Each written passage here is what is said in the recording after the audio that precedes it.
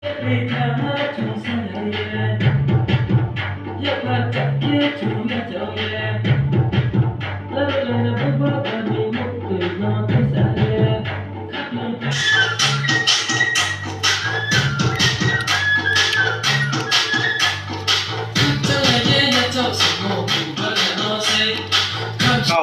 dike sau abo nimsio no ang phono kau bru bai smai ta ha ake aini tang song pal khuyo no ha chini bromna raima beli ni bung phono kau bru bai no smai tango ke abo dei no chung nai phi nai ke chini bru nimsio poila skang the bruyo chung MLA mai ha ke pon skang le kruina ke buding ke se chung history by history create ke thong snamia tumi ke abo snamo chung bo ke ha history snamai mole sponi yau tung phi abo chung kahama ke sio chini bu bagra bromnang bu bagra ni phain bai bin tui themo bai setini chung buding ke history ongmayu history create ke mayu akhe chung bin i kau khnaye tung ke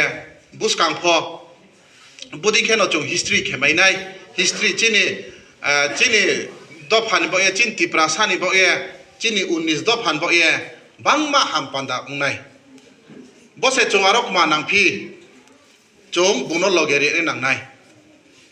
ke bejat loge chung 2019 chiyo je bungno khathuye logeri modino chung buskang khori ne nang nai maim singke tawo skangole bing krimo bai tole ta ase kri ha te se kri ha beke to ke chung main opposition o ung thami chung si ne na o amboi bis kangwa chini je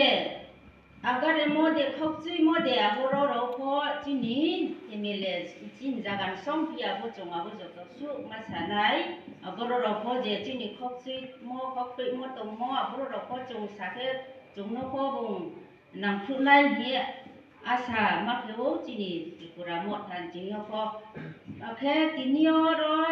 chini lukoro boro joto su phainai bai hayarong tio ang sanchumole bis kango chini ko mas khe ha abudi bai no chini IDSP ni tui phang to ne ro ko chini ka ha ro so ti ba chung phone khlai mo dei kau la lai ye thau so po ke sung pe ko ma tum ko aburo ro po chu asa kheu abudi ke mo bo ye chini jampu yo ke chung bang sa de no ye mon chung ba ke sung na wi se ke chung ke ba ke gori ke